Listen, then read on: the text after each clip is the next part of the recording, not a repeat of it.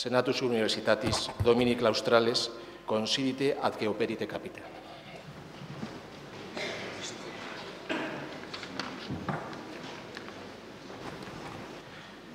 Consensus incipit. En nombre de la Universidad de Valladolid tengo el honor y el gusto de dar a todos ustedes la bienvenida al solemne acto de investidura como doctor honoris causa por esta universidad del profesor Josep Pérez. Uira secretis consultum leget, quo dominum Josep Pérez honoris causa doctorem creare proponitur. Acuerdo del Consejo de Gobierno otorgando la condición de doctor honoris causa de la Universidad de Valladolid. El Consejo de Gobierno de esta universidad, en sesión celebrada el día 25 de enero de 2005, acordó, a propuesta de la Facultad de Filosofía y Letras, nombrar doctor honoris causa al excelentísimo señor don Josep Pérez. Y para que conste ya los efectos oportunos, extiendo la presente visada por el magnífico y excelentísimo señor rector y sellada con el de esta universidad en Valladolid a 6 de mayo de 2005.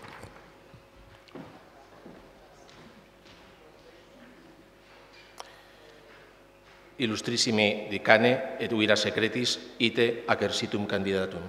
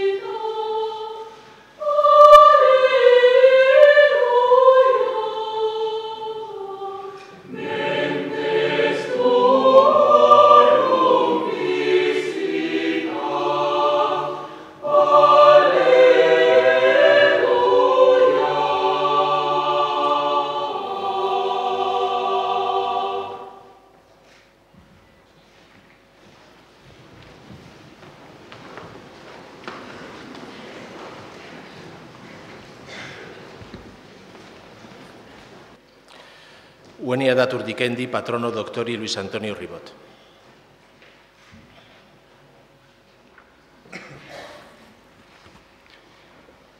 Magnífico y excelentísimo señor rector, autoridades, miembros del claustro académico, señoras y señores. Me corresponde el honor de hacer la laudatio del profesor Josep Pérez, una tarea compleja por la amplitud y variedad de sus méritos, pero a la vez sencilla por la evidencia de los mismos. Yo definiría a Josep Pérez por dos rasgos esenciales e íntimamente unidos en su personalidad. En primer lugar, el de humanista, en el sentido que, como él mismo señaló en uno de sus trabajos, se daba ya a este término en el siglo XVI, de cultivador de los conocimientos humanos o profanos, por oposición a quienes se dedicaban entonces a la teología o los estudios bíblicos, los conocimientos sagrados. Pero es asimismo un hispanista, alguien que se interesa por la cultura, en este caso la historia, de España y el mundo hispánico. Y esta condición le viene de sus propios orígenes familiares, como denota de manera evidente su apellido, pero también de la espléndida escuela del hispanismo historiográfico francés, en la que se formó con dos maestros excepcionales, Marcel Bataillon y Pierre Vilar, figuras descollantes ambos de la historiografía del siglo recién concluido. La conjunción de ambas facetas, humanismo e hispanismo, sirve para comprender cuáles han sido los temas de estudio que le han interesado durante toda su vida. Josep Pérez se ha ocupado de forma preferente de historia social, política, cultural y religiosa. Es autor, solo en colaboración, de una treintena de libros, muchos de los cuales han sido reeditados en España y Francia y traducidos al italiano, inglés, alemán o japonés. Sus artículos en revistas especializadas se acercan a los 150. Podemos hablar, por tanto, de una obra amplia y fecunda, pero también, y sobre todo, de una contribución de gran calidad e importancia, ineludible para el conocimiento de la España de la primera edad moderna. En la presentación del libro recopilación de artículos suyos que la Casa de Velázquez publicó el año 2000, Jean Canavaggio aludía al amplio abanico de sus curiosidades, tanto en el tiempo como en el espacio. Ciertamente, la mera relación de las cuestiones que le han interesado resulta abrumadora. Mozárabes y mudéjares en la España medieval, Cisneros, la Inquisición, la expulsión de los judíos, los moriscos, la conquista de las Indias y el problema de los justos títulos, la ideología del Estado moderno, el levantamiento comunero, la leyenda negra, el concepto de hidalguía, los letrados, el humanismo español, el pensamiento escolástico, el erasmismo, Fray Luis de León, San Juan de la Cruz, Santa Teresa, Antonio de Guevara, Pedro Fernández de Navarrete, los alumbrados y místicos, las estructuras sociales, la limpieza de sangre, los pobres, la universidad o la escuela en la Castilla del siglo XVI. Pero su interés por la España de los reyes católicos y los Austrias se ha extendido asimismo a la literatura. Desde su primer libro, la edición crítica del Caballero de Olmedo de Lope de Vega, a sus trabajos sobre literatura y sociedad en la España del siglo de oro, la realidad histórica de Fuenteovejuna, la prosa estética y mística, la Celestina, el Guzmán de Alfarache o la literatura picaresca.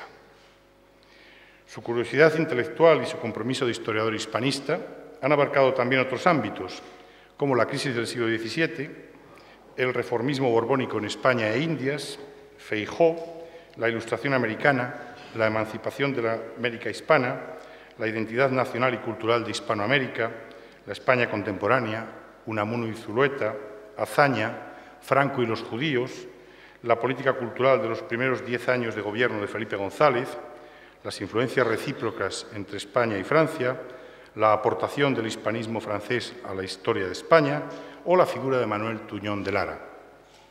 Además de todo ello, ha escrito numerosas visiones de conjunto sobre la historia de España, la España de los Reyes Católicos, el siglo XVI, la época de los Austrias, Carlos V o Felipe II.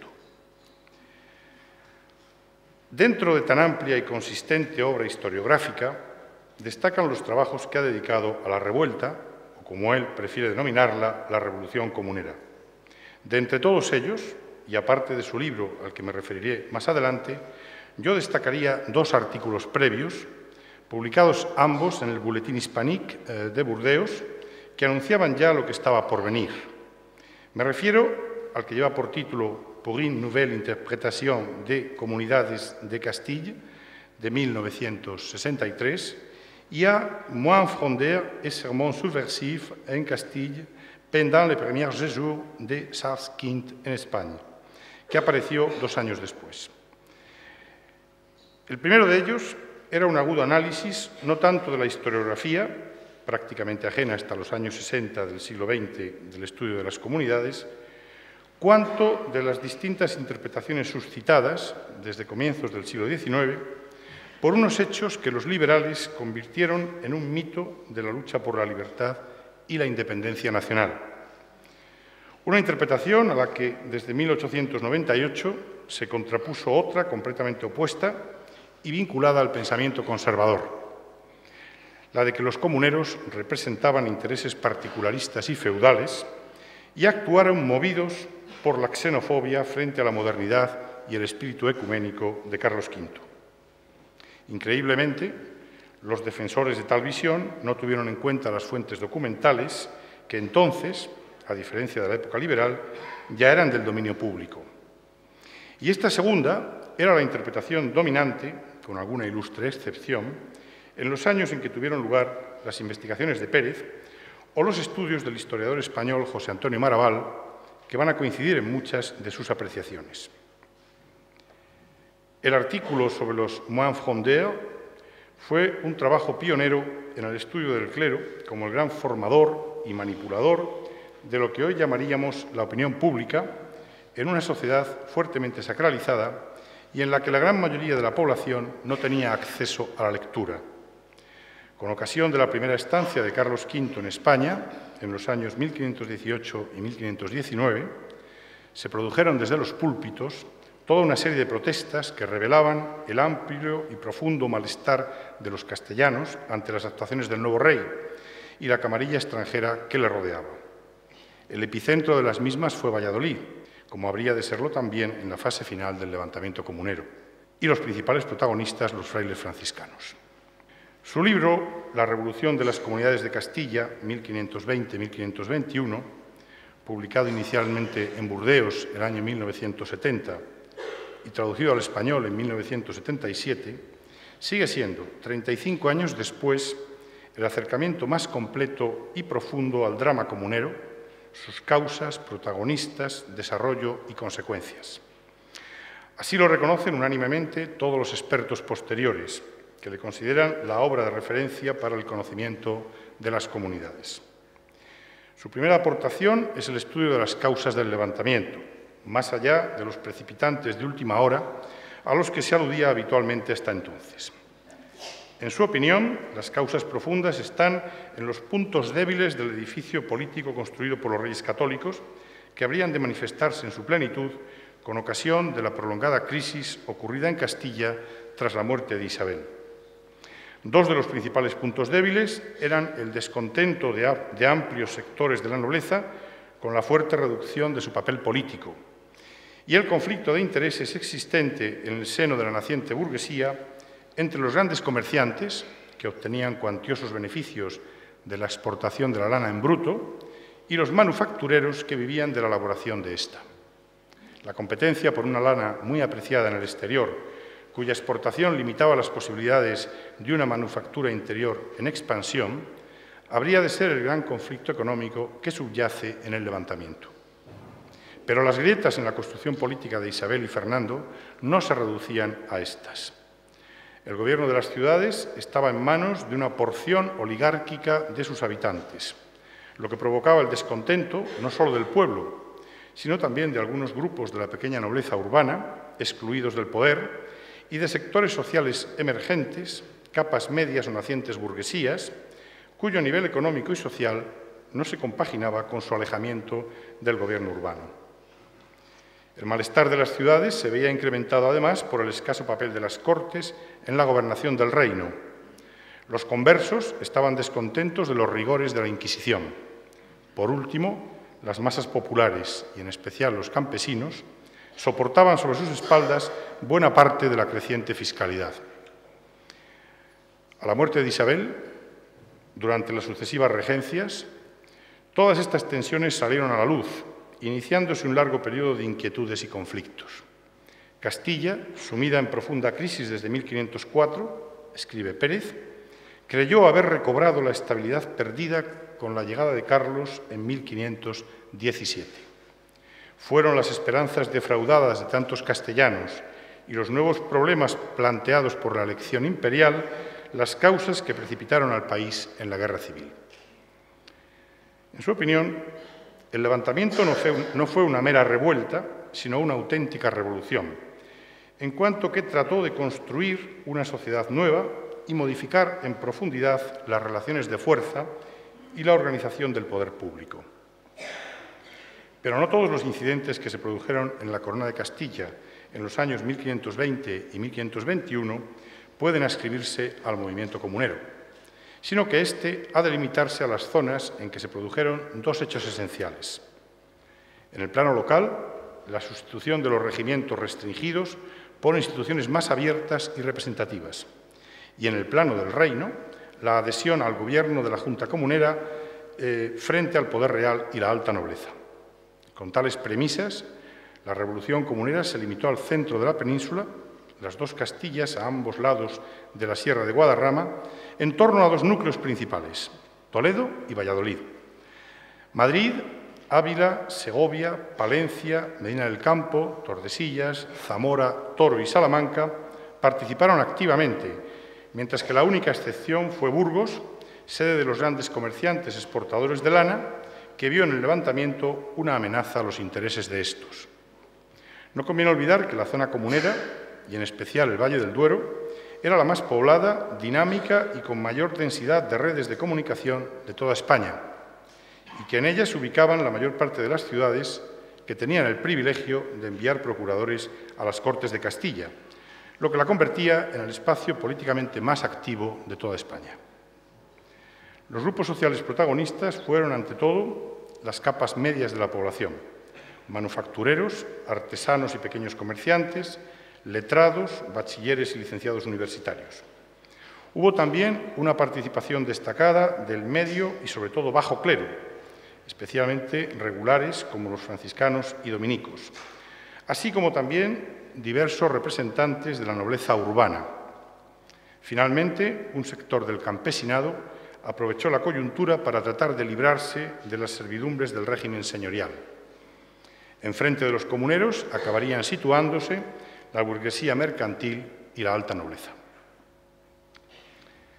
Frente a la expansión del poder real, los comuneros deseaban limitar este por medio de las Cortes, en la línea del contractualismo o pactismo de la escolástica castellana bajo medieval, pero también pretendían organizar sobre bases más amplias y representativas el poder municipal, así como limitar las ambiciones de dominio de la alta nobleza.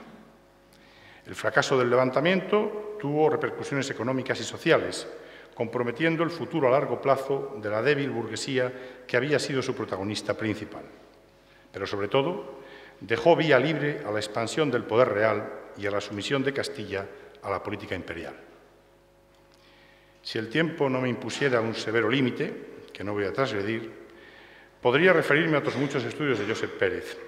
Quiero señalar tan solo mi debilidad por un pequeño trabajo, La España de los Reyes Católicos, publicado en francés y en español, y que ha servido de base a otros acercamientos posteriores al tema. Hace 2 años, en la reseña de su libro Breve Historia de la Inquisición Española, señalaba yo la habilidad de Pérez para resumir en no demasiadas páginas los aspectos más relevantes de temas tan complejos como ese, dando prueba no solo de sabiduría, sino también de sentido común, mesura y objetividad, equidistante de fáciles posturas críticas y de apologías desfiguradoras de la realidad.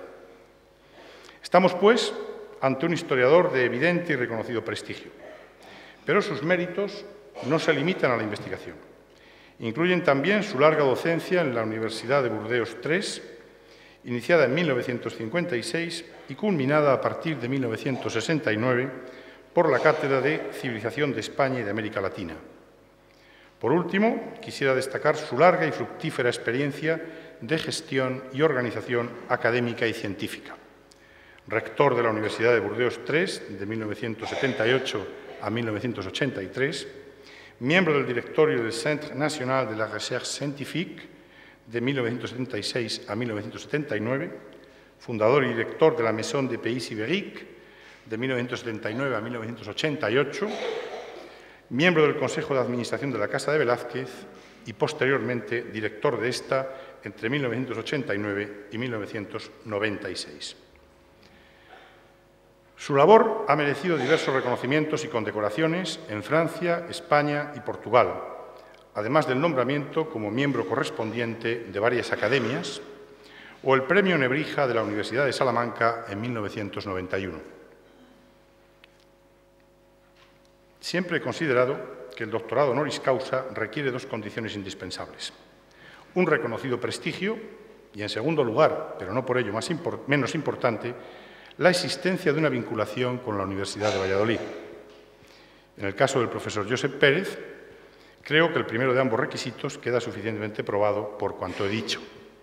En cuanto al segundo, su relación con la Universidad de Valladolid se remonta a 1979, en que ocupó la cátedra Felipe II y ha proseguido después en otras numerosas ocasiones, invitado por el área de Historia Moderna o por el Instituto Simancas. Más aún, su vinculación con nosotros no se limita al ámbito docente, sino que se establece de forma más estrecha y permanente a través de sus temas de estudio, en los que Valladolid, el Valle del Duero y la Meseta Norte tienen una amplia presencia, como hemos comprobado en el caso del levantamiento comunero, la más importante de sus investigaciones. Is de causis, peto gradum doctoris honoris causa, domino Josep Pérez.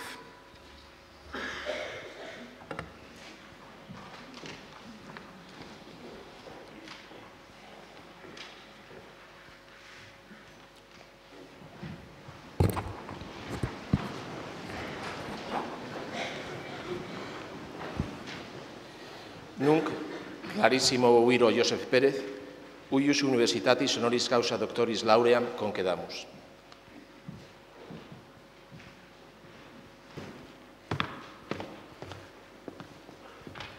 Ad est.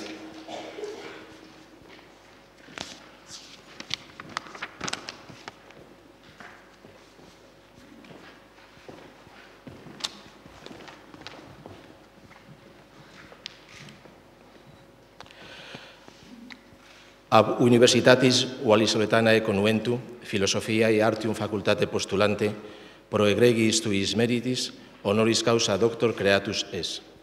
Auctoritate mi conquesa gradum doctoris Universitatis Studii Wallisoletanae tibi confero. Patronus insignia doctoris tibi induet et eurum uim enarrabit.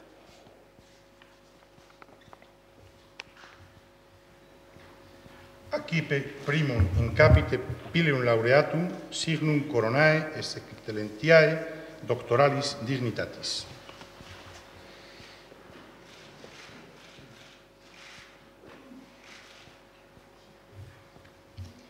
Accipe deinde annulum aureum symbolum tuae desponsationis et dilectionis et perpetuae conjunctionis cunescientia cuius novus professor efficeris.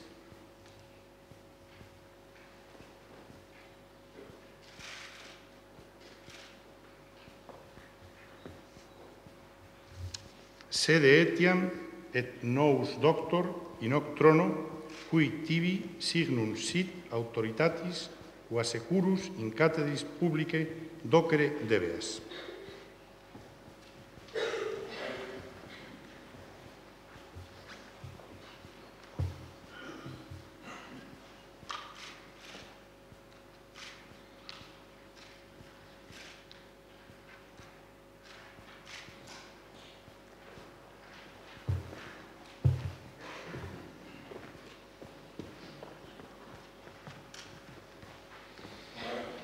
Accipe et librum scientiae ut intelegas, quod studere et legere et profiteri debeas.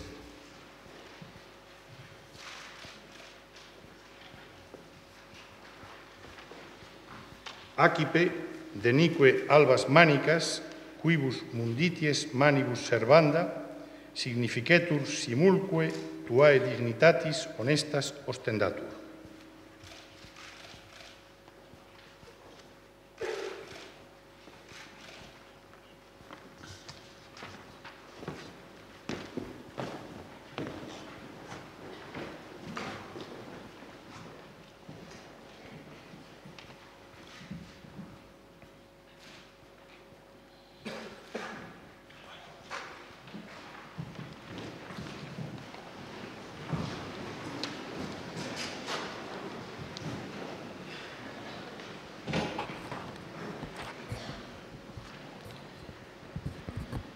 Venia datur loquendi, Domino Joseph Pérez, uturationem faciat uius claustri in eundi gratia.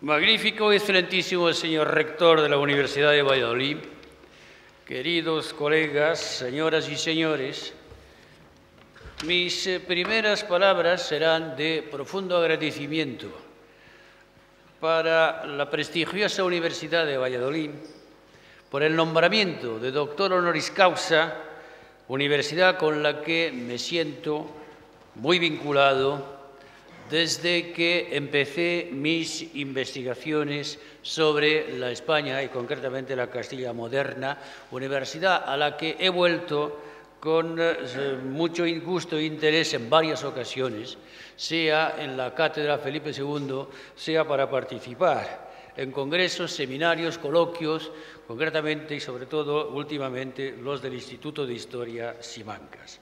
Son muchos los maestros de esta universidad a los que admiro y estimo como es natural, es a los colegas del Departamento de Historia Moderna a quienes he tenido la suerte de tratar con más frecuencia, y a este departamento quiero, en primer lugar, dar las gracias por la distinción que se me hace hoy, y más particularmente al profesor Luis Ribot, que en esta insigne circunstancia ha tenido a bien servirme de padrino, y este agradecimiento lo hago extensivo a la Facultad de Filosofía y Letras, al Consejo de Gobierno de la Universidad y al excelentísimo señor rector.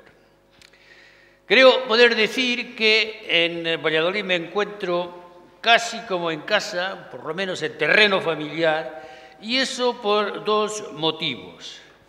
Primero, porque en Valladolid y en sus alrededores se encuentran unos de los archivos más ricos del mundo para el período al que había decidido dedicar lo esencial de mis investigaciones.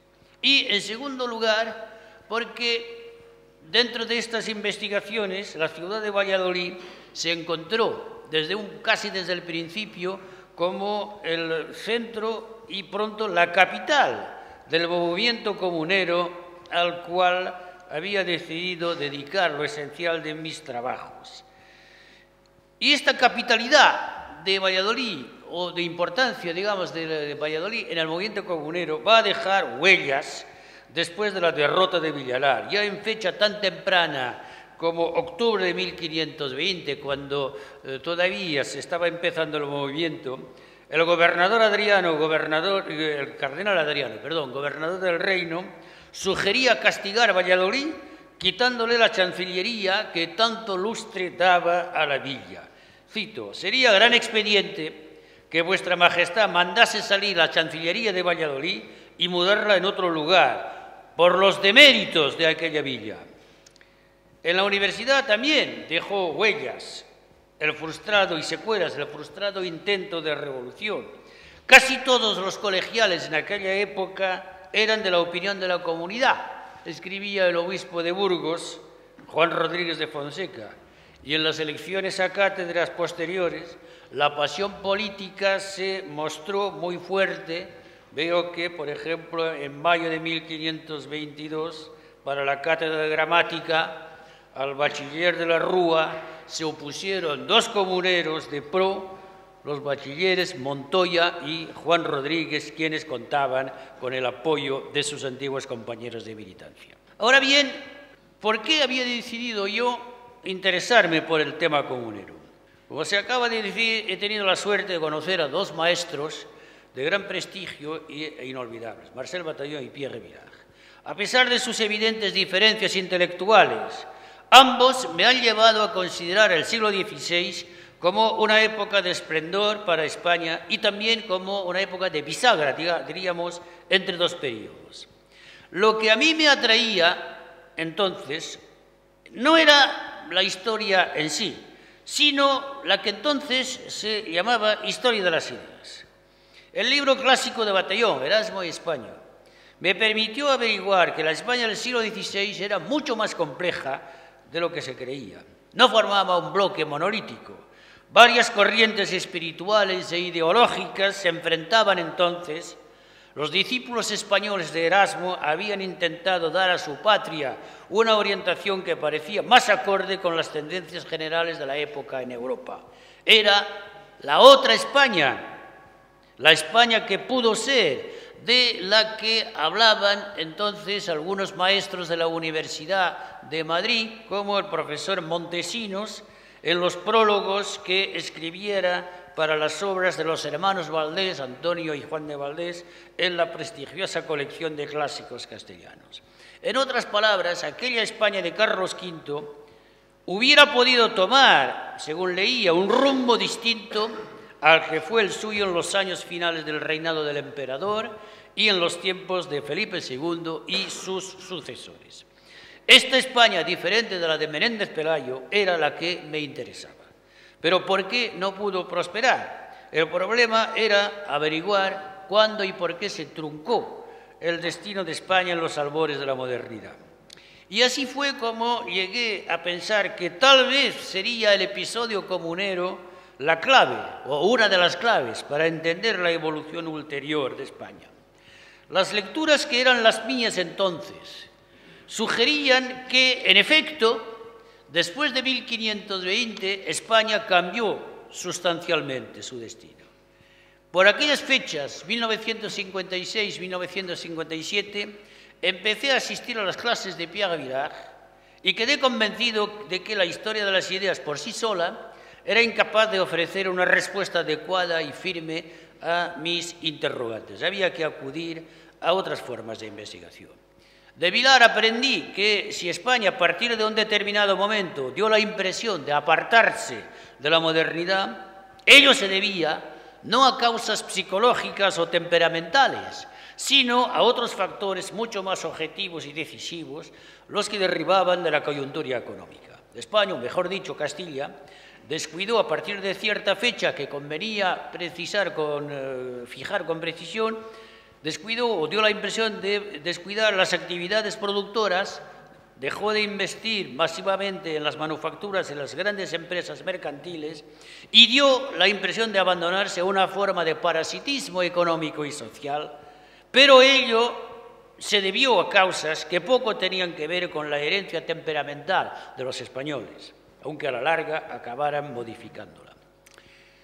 Ahora bien, debo confesar que no tuve el valor de ser fiel discípulo de Vilar. Él me propuso entonces un tema de investigación que a su juicio le parecía fundamental para estudiar la evolución económica y social de España en el siglo XVI. Y este tema era juros y censos. Un tema que me pareció muy ambicioso, pero también demasiado técnico para el aprendiz de historiador que yo era entonces. No sabía nada, muy poco de economía, de la historia económica. Así que me quedé con los comuneros, pero eso sí, pensando en enfocar el problema desde una perspectiva de historia total, política, económica y social, y no solo ideológica. No se hablaba entonces de revolución comunera. Había dos interpretaciones, como se acaba de recordar, del movimiento comunero. Por una parte, los liberales del siglo XVI, que veían en aquel movimiento una reacción nacional contra una dinastía extranjera, un asomo de revolución burguesa contra la aristocracia y el absolutismo.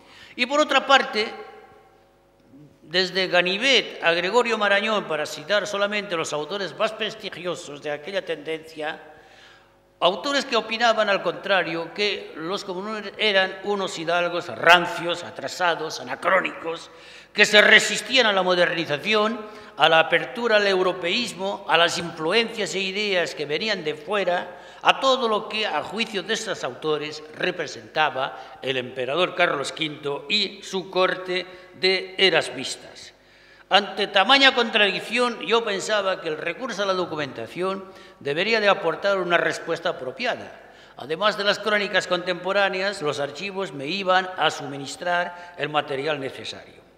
Lo esencial de esta documentación estaba en Simancas, en las secciones Patronato Real y Estado.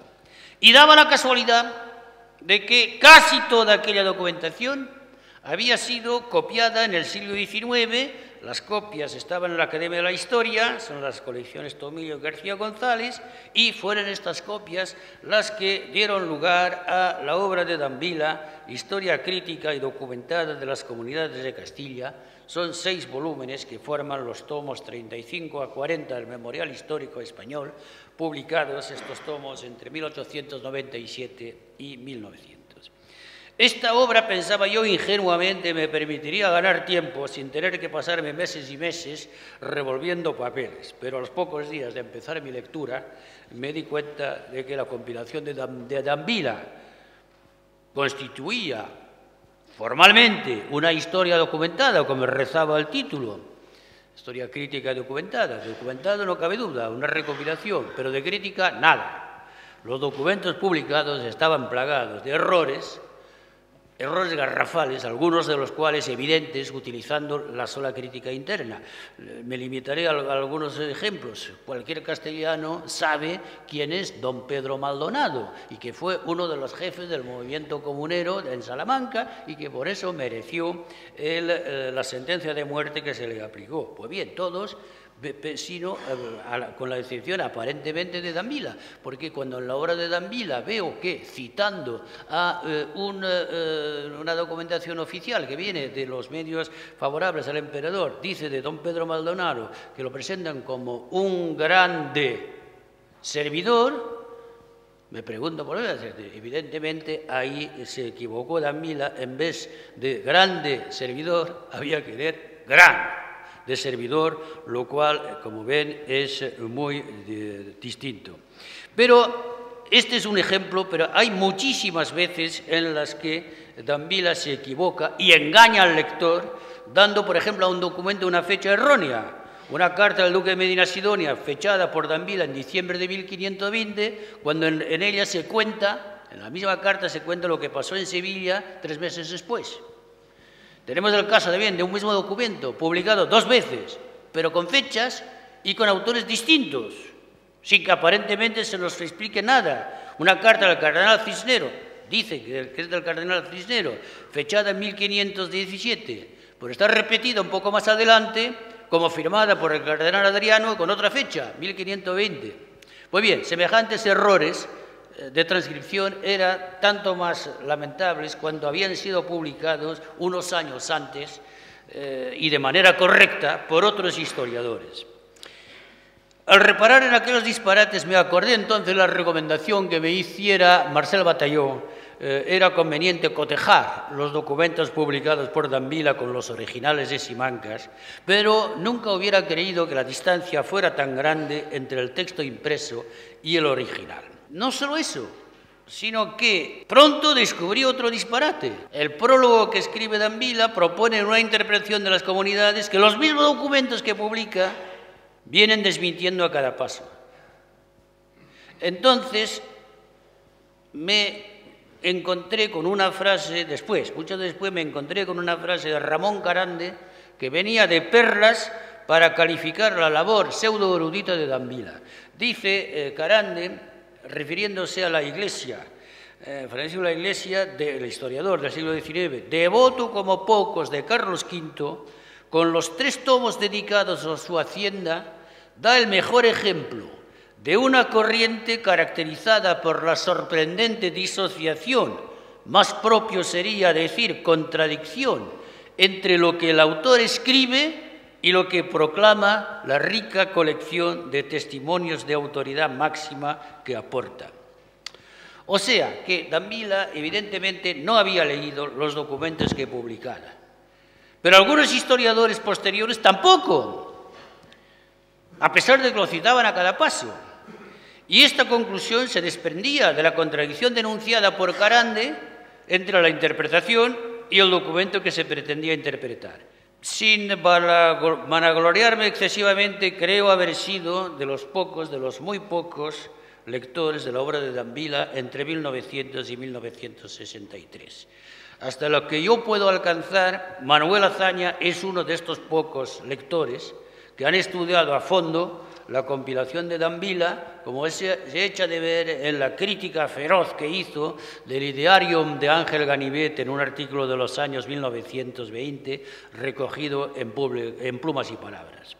Pero José Antonio Maraval también manejó seriamente los 6 tomos cuando elaboraba su libro Las Comunidades de Castilla, publicado en 1963. Y me alegré mucho al ver que mi propia interpretación no tenía nada descabellado, ya que José Antonio Maraval, por caminos distintos y sin que yo lo supiera, llegaba a conclusiones parecidas que las mías. En estas condiciones elaboré la interpretación general del movimiento comunero, de la revolución comunera, que yo veo como, sobre todo, podríamos resumir en 2 aspectos, el rechazo del imperio y la reorganización o el intento de reorganización del binomio rey-reino. El rechazo del imperio es la elección de Carlos V al imperio en 1519 la que da comienzo cronológicamente al movimiento comunero. Entonces es cuando Toledo empieza sus gestiones cerca de las ciudades con voz y voto en Cortes. Es un tema que ocupa un lugar destacado desde el principio y que va a constituir el punto de partida de la revolución. La idea es que no es razón, cito un documento de la época, no es razón su cesárea majestad gaste las rentas de estos reinos en las de otros señoríos que tiene, pues cada cual de estos reinos es bastante para sí y el de Castilla, no es obligado a ninguno de los otros. Dicen expresamente que las pecunias de Castilla se deben gastar al provecho de Castilla y no de Alemania, de Aragón, de Nápoles, etc., y que vuestra majestad ha de gobernar cada una tierra con el dinero que de ella recibe. No se trata, pues, de xenofobia, no se trata de la voluntad de encerrarse en la península volviendo la espalda a Europa, sino de algo mucho más serio e importante. Los comuneros tienen la impresión de que el César está sacrificando el bien común de Castilla, los intereses propios y legítimos del reino, que los está sacrificando, repito, a los intereses personales y dinásticos. Rechazo al imperio y reorganización del binomio rey-reino. La Junta de Tordesillas, al escribir al rey de Portugal para justificarse, refiriéndose precisamente a la elección imperial, escribe lo siguiente: la cual elección el rey nuestro señor aceptó sin pedir parecer ni consentimiento de estos reinos. Pues esta voluntad de intervenir en los debates políticos es la que da la tónica general del movimiento comunero. Lo que se proponen los comuneros es efectivamente tratar de llegar a un nuevo ordenamiento en el que la representación del reino tuviera más importancia a la hora de definir lo que debía ser la política del reino, la política de Castilla. En este sentido, la derrota significó el fracaso de aquella tendencia que pretendía establecer la preeminencia del reino sobre el rey. No fue en realidad una victoria militar de la realeza, fue una victoria de la nobleza. Los que vencieron en Villalar fueron los magnates y no las tropas reales. Pues bien, con esta tesis inicié mi trayectoria de investigación sobre la España moderna, al mismo tiempo que desde la cátedra de la universidad procuraba rectificar algunos de los prejuicios y errores que corrían entonces en Francia, pero no solo en Francia, sobre la nación vecina. En este aspecto era forzoso que me metiera en el tema de la leyenda negra. Como se sabe, el término de leyenda negra lo acuña Julián Juderías en 1914 en un libro que se intitula precisamente La leyenda negra. El título lo da él, el concepto es anterior. Me llamó la atención, hay una frase de Rafael Altamira en una obra posterior. Rafael Altamira, en el prólogo de un libro que publica en 1924, La huella de España en América, da a entender que en realidad Altamira fue el primero en denunciar la que luego se vino a llamar leyenda negra, y Altamira lamenta que se silencie su nombre. Recuerda Altamira que ya desde final del siglo XIX se afanaba por conseguir un doble objetivo, cito: ayudar a la organización y metodización de los estudios americanistas científicamente considerados y continuar la obra de vindicación de España en lo que se refiere a su actuación colonizadora. Ambas finalidades vienen consumiendo gran parte de mi tiempo y de mi labor desde hace muchos años. Como siempre ocurre, otros han venido después que con sus manos lavadas y el gallardete de alguna frase sonora como la de leyenda negra y otras semejantes han pretendido, sobre la base de la escasa lectura de los más y la facilidad de olvidar en no pocos de los que leen, han pretendido pues haber descubierto el Mediterráneo que estaban cansadas de surcar naves más modestas pero más antiguas. españolas. Cualquiera que sea, pues, el origen, la leyenda negra nace en aquel momento como concepto y como la define muy bien Juderías, es el ambiente creado por los fantásticos relatos que acerca de nuestra patria han visto la luz pública en casi todos los países.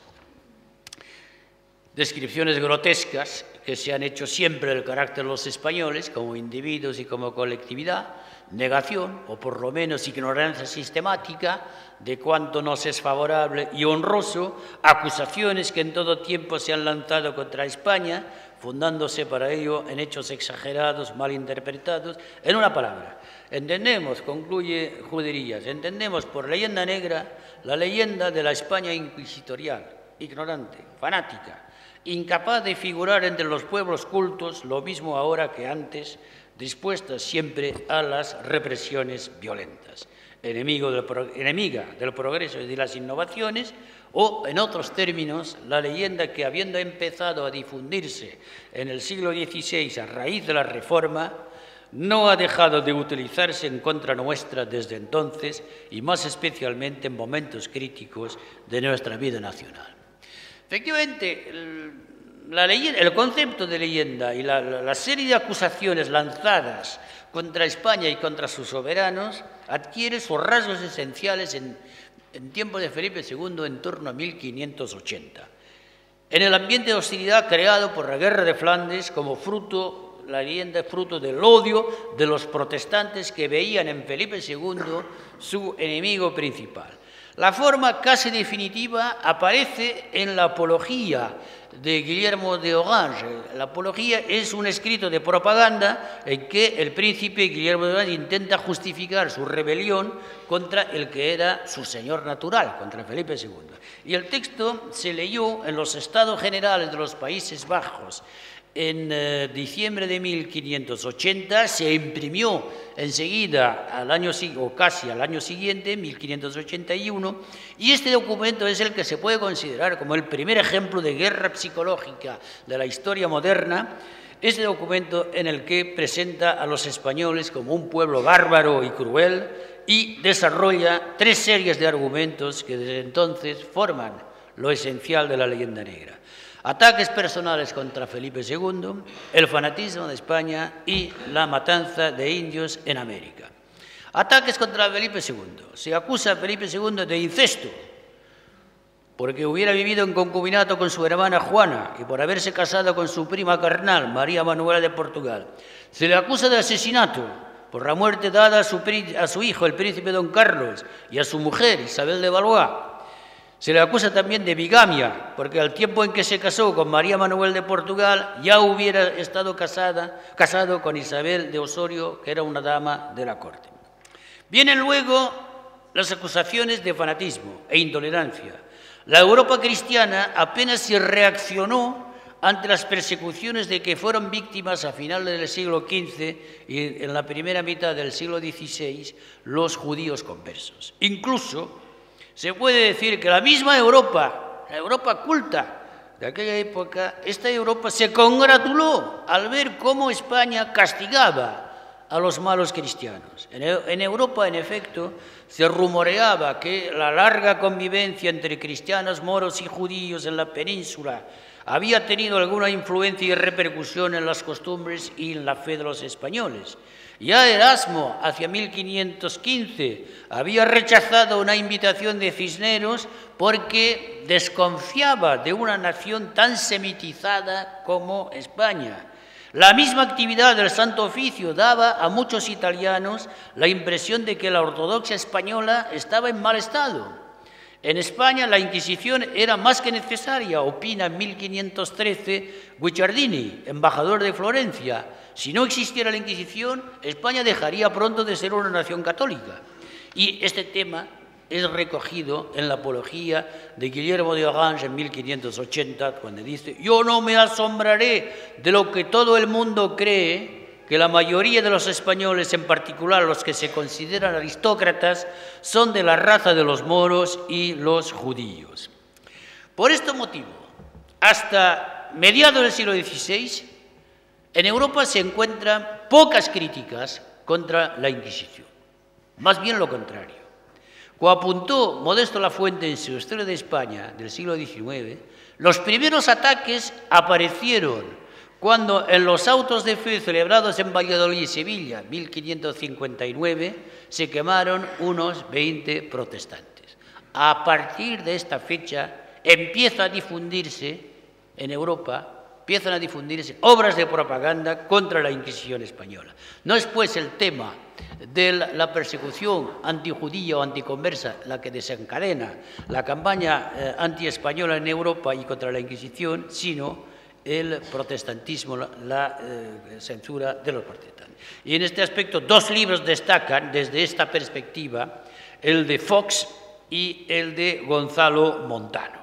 Fox era un protestante inglés que se había dedicado a reunir materiales para una historia de la persecución de los protestantes en Inglaterra, trabajo que se imprimió en 1559. Fox entonces concibió el proyecto ambicioso de ampliar su obra para convertirla en una historia de la intolerancia llevada a cabo por la Iglesia Católica desde los orígenes, en el mundo entero, pero haciendo especialmente hincapié en la persecución de la que eran víctimas los protestantes españoles. El libro se publica en inglés en 1563, con el título Actas y Monumentos. Casi inmediatamente se le conoce con otro título, El libro de los mártires, obra que va a tener muchísimas reediciones y ampliaciones, incluso después de la muerte del autor, acaecida en 1587. Ya en 1571, la Iglesia anglicana mandó que en cada catedral se pusiera un ejemplar de este libro a disposición de los fieles. Y así se explica el éxito extraordinario de aquella obra que ha contribuido a difundir en todo el mundo anglosajón la hostilidad hacia el papismo, hacia el catolicismo y, concretamente, hacia España y la Inquisición. Idéntico éxito tuvo por las mismas fechas el libro de un protestante español que vivía en Amberes y que tuvo que salir de la ciudad ante la llegada del duque de Alba, Reginaldo Gonzalo Montano, exposición de algunas mañas de la Santa Inquisición española, impreso primero en latín y casi enseguida traducido al francés, al alemán, al irlandés, al inglés, con ilustraciones, además, que ponen de relieve el sadismo de los inquisidores. Estos dos libros, el de Fox y el de Montano, son los que han desencadenado la violenta campaña anti-inquisitorial, cuyos ecos son todavía hoy perceptibles en ciertos sectores. El tercer aspecto de la leyenda negra, la crítica de la colonización española en América, había empezado a cundir desde que en 1565 el italiano Girolamo Benzoni publicara en Venecia una historia del mundo nuevo, inspirada de las casas y del cronista Gómara, pero libro que se apoyaba también en una experiencia personal, ya que Benzoni había vivido en las Indias durante unos 14 años y visitado varias comarcas del Caribe, Venezuela, la América Central. Benzoni se ensaña contra los conquistadores, contra los frailes y, de modo general, contra los españoles. Pero pronto es el texto mismo de las casas el que se va a aprovechar contra España. La brevísima relación de la destrucción de las Indias, libro escrito en 1542, publicado en 1552, traducido rápidamente al holandés primero y luego al francés, al alemán y al inglés y finalmente a casi a todas las lenguas, y estos ataques violentos. Las Casas se mete con los cristianos, pero cuando Las Casas habla de cristianos, los traductores ponen españoles, lo cual ya es una muestra de la forma en que se desvirtúa, se tergiversa la crítica. Estos ataques violentos son, en realidad, otras tantas expresiones de antipatía hacia una nación, España, que en aquella época dominaba Europa y tendía a mostrarse arrogante e imperialista, como diríamos hoy. Estos ataques no hacían más que revelar el resentimiento contra una potencia que entonces era superior a las demás, no solo en lo que se refiere a la influencia política, económica y militar, sino además en el campo de las artes, de las letras. No lo olvidemos, en los siglos XVI y XVII, en toda Europa, España era admirada por la superioridad de su cultura, su literatura, su pintura, su manera de vivir, su civilización, pero al mismo tiempo se la temía y odiaba a causa de su poderío y de su arrogancia.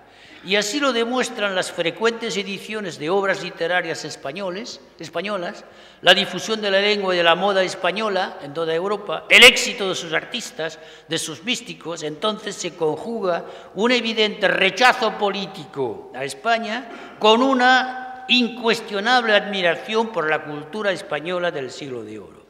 ¿Qué es lo que se le reprochaba a España? Pues su supremacía en casi todo y su pretensión a dictar la ley en Europa.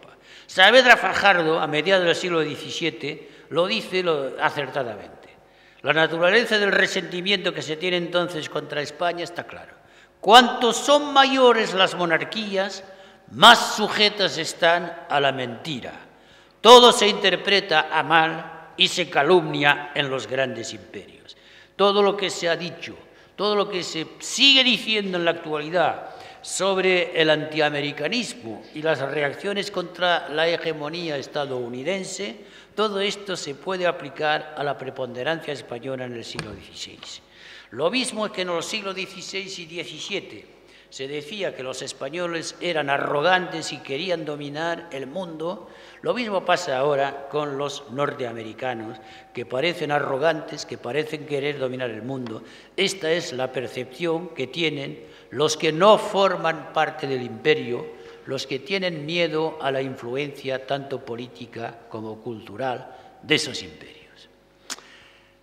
Ahora bien, en el siglo XVIII, España, con su imperio americano, sigue siendo una gran potencia, la tercera de Europa, después de Inglaterra y Francia, pero ya no pretende a la hegemonía en el continente y, por lo tanto, no debería despertar tanto recelo y odio como en tiempo de las Austrias. A pesar de aquellas circunstancias, vemos a España vilipendiada todavía, pero lo que se denuncia entonces ahora ya no es su imperialismo. Su mala fama se debe a otros motivos.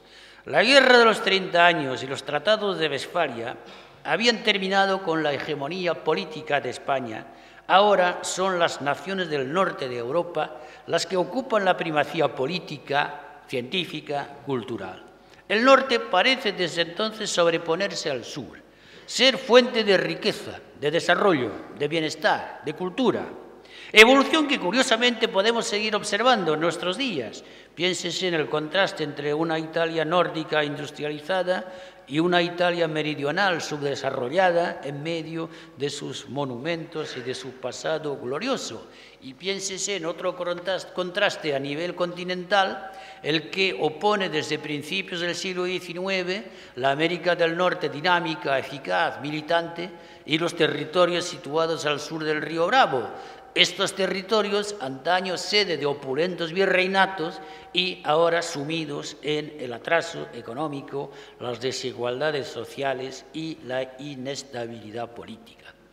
Estos contrastes son los que han sugerido una interpretación de tipo temperamental e ideológico.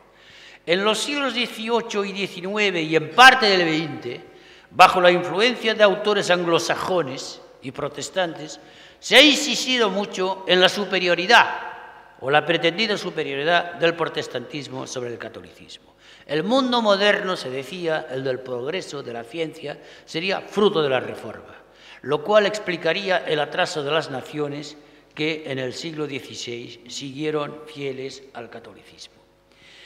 Por eso siguen en toda Europa, en el siglo XIX, los ataques contra España por parte de autores o anglosajones u holandeses, pero sobre todo casi todos ellos protestantes, que hacen gala de mala fe, incluso de odio racial a una nación que ellos consideran como inferior, la española, porque rechazó la reforma protestante. Efectivamente, aquellos ataques dan la impresión de responder a unos planteamientos de tipo racista. Se considera a los latinos en general y sobre todo a los españoles como una raza inferior. Para muchos, español es sinónimo de papista. Y quien dice papista dice fanático e intolerante. En la historia de Felipe II de Prescott, se analiza detalladamente la Inquisición. Prescott intenta demostrar que las renovadas persecuciones en tiempo de este rey iban primordialmente dirigidas contra los reformadores protestantes y ya no exclusivamente contra judíos y moriscos. Encogida, cito, encogida bajo el ala negra de la Inquisición, España quedó a ciegas de la luz que en el siglo XVI irrumpió en el resto de Europa. Para los autores anglosajones, la oposición entre protestantes y católicos equivalía a la lucha de los buenos contra los malos, la lucha del progreso contra las tinieblas, de la civilización frente a la barbarie. Y los políticos no dejaron de tomar posición frente a esta polémica. Por ejemplo, el 4 de mayo de 1898, en pleno conflicto entre España y Estados Unidos a propósito de la crisis de Cuba, aquel día, en un discurso cuyos pasajes principales fueron reproducidos por la prensa, el primer ministro inglés no dudó en dividir a los pueblos del mundo en dos categorías. Por una parte, las naciones llenas de vitalidad, living nations, y por otra parte, las naciones moribundas, señalando que las primeras, las naciones llenas de vitalidad, tenían vocación a dominar a las segundas. Por mucho que la prensa británica, el Times, aclarase que no se refería a España, ese darwinismo político resultaba alarmante y Altamira se vio en la obligación de replicar de inmediato, diciendo que el grado de civilización de un pueblo no podía medirse solo por el poderío militar. Así las cosas, se comprende que 15 años después de 1898, Juderías acuñase la expresión leyenda negra antihispánica. Desde entonces, muchos autores, no solo españoles, han reaccionado contra las acusaciones más malevolentes. La labor de los historiadores ha salido al paso de las acusaciones más tremendistas de la leyenda negra. Paradójicamente, a menudo, ahora, son españoles los que hoy siguen teniendo mala conciencia ante ciertas páginas de su historia pasada. En Francia no se pasa la vida deplorando las matanzas de la San Bartolomé, la persecución y expulsión de los protestantes en tiempos de Luis XIV, los crímenes que se cometieron durante el terror y la comuna. En cambio, hay españoles que siguen lamentándose de vivir en un país que expulsó a moros y judíos, que creó la Inquisición y que conquistó América. Uno de los mejores historiadores españoles de hoy, Ricardo García Cárcel, se basa en esto para afirmar que no hubo leyenda negra, que fueron los propios españoles los que, por puro masoquismo, se obstinaron en desempolvar viejas críticas. Y efectivamente, se tiene muchas veces la impresión que algunos españoles desprecian o aborrecen su historia, una historia que, por otra parte, en gran medida desconocen. Este rechazo que aparece en el siglo XVIII, cuando los españoles empiezan a tomar conciencia de la decadencia de su país respecto a los otros grandes países europeos, se desarrolla y consolida en los siglos XIX y XX. Primero surge la tesis de que la llegada de la dinastía austriaca había sido un desastre para España. A lo largo del siglo XIX, esta tesis se amplía a la condena total de los 2 siglos de política imperial, incluida la colonización americana. Y este repudio de casi todo lo que los españoles han hecho durante 4 siglos es reflejo de un profundo y muy exagerado sentimiento de fracaso que afortunadamente no todos ahora comparten. Hoy en día, la historiografía, tanto la española como la internacional, del hispanismo, la historiografía, de modo general, ha reducido la leyenda negra a sus justos términos. Se trata de una polémica elaborada en una época de duros enfrentamientos políticos e ideológicos. Es evidente que la España del siglo XVI tuvo sus debilidades y que no todo en ella merece ser alabado, pero hubo también aspectos positivos que sería injusto desconocer y que constituyen una aportación de singular trascendencia a la civilización europea. Los mismos anglosajones que han tenido el protagonismo principal en la creación de la leyenda negra. Los mismos anglosajones lo reconocen y lo admiten, y lo han afirmado recientemente, con motivo, por ejemplo, del cuarto centenario de la muerte de Felipe II. En aquella ocasión, el 1 de julio de 1998, algunos miembros del gobierno británico, hispanistas como Eliot o Hugh Thomas y diversos diputados, homenajearon en el Parlamento británico a Felipe II en un acto convocado por el vicepresidente de la Cámara de los Lores y por el embajador de España en Londres. Todo un símbolo. La Cámara Alta del Parlamento británico se reconcilia así con el monarca Felipe II, que reinó como príncipe consorte en Inglaterra durante algunos años, durante 2 años. Veo en este acto todo un símbolo. Es un acto que cierra una intensa guerra ideológica que ha durado siglos. Yo creo que finalmente la leyenda negra pertenece al pasado. Hora es ya de concluir.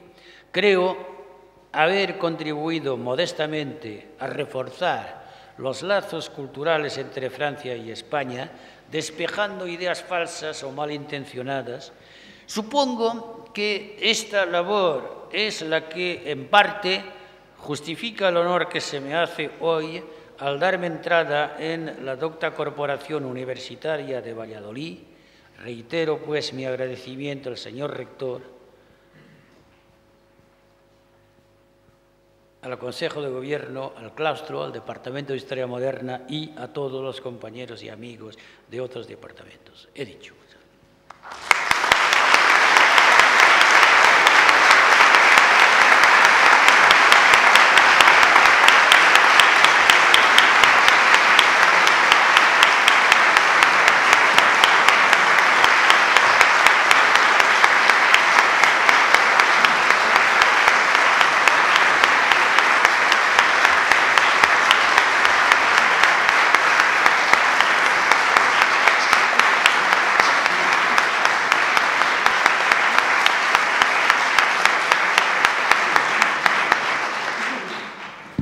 Nunc veni ediusionandum presta quotatea cipiam in nomine Universitatis.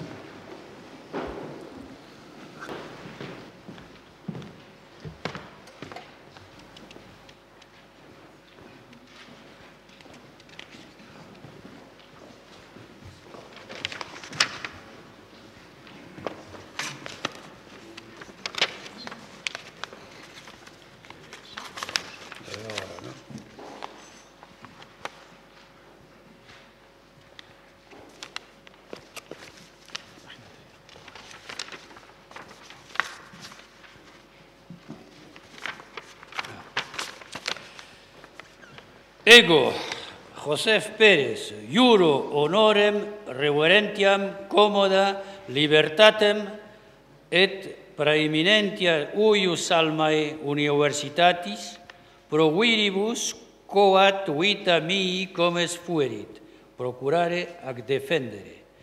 Idemque juro curare, quovis modo publicae vel occulte honorem et utilitatem dictae universitatis, eiusdem doctorum magistrorumque praesentium, absentium et futurorum, ubique sive in ac universitate, sive quocunque alio loco permansero, in quacunque etiam dignitate et preeminentia positus.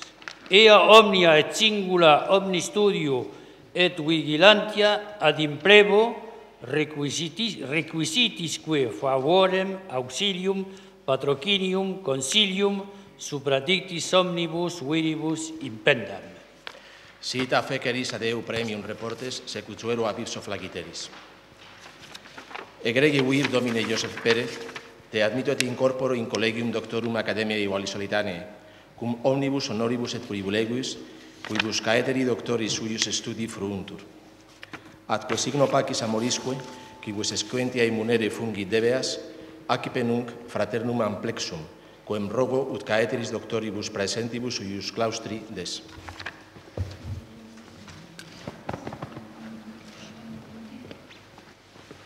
Laudate Domino.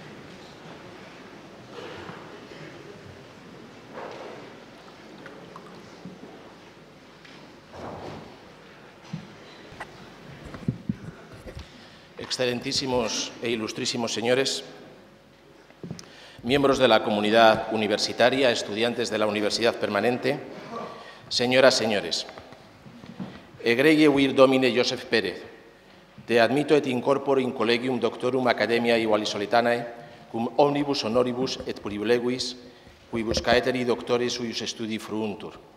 Son las palabras que acabo de pronunciar, prescritas por los estatutos latinos de esta universidad para la incorporación de nuevos doctores.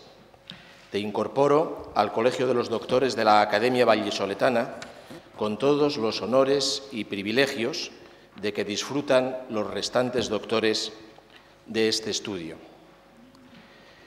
Nos hemos preguntado alguna vez cuáles sean esos honores y privilegios de los que disfrutamos, según la vieja fórmula estatutaria, los miembros del claustro de doctores. Desconoce por completo la realidad quien piense que la carrera académica operaría a modo de una inversión financiera en la que se iría capitalizando esfuerzo hasta alcanzar un volumen acumulado tal que pudiera canjearse por el grado de doctor o por la distinción máxima del doctorado honoris causa, que, a su vez, dieran derecho a honores y privilegios que hiciesen rentable el proceso.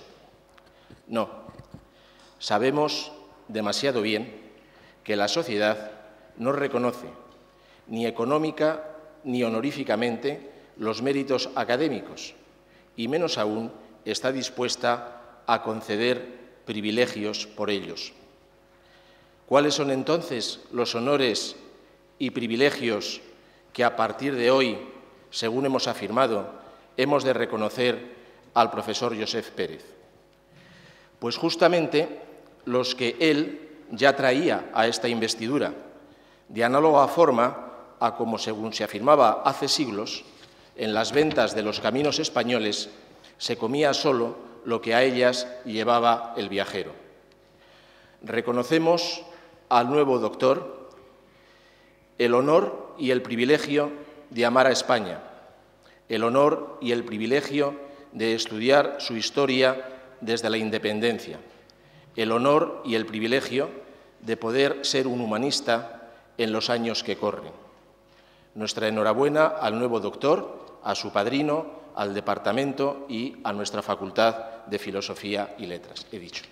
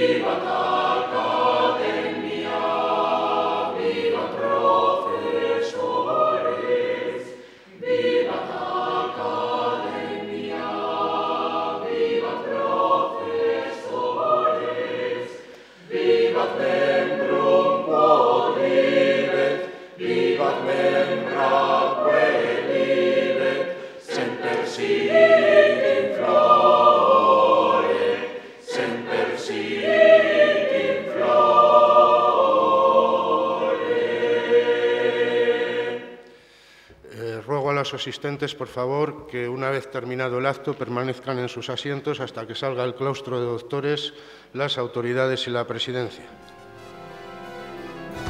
Consensus dimititur.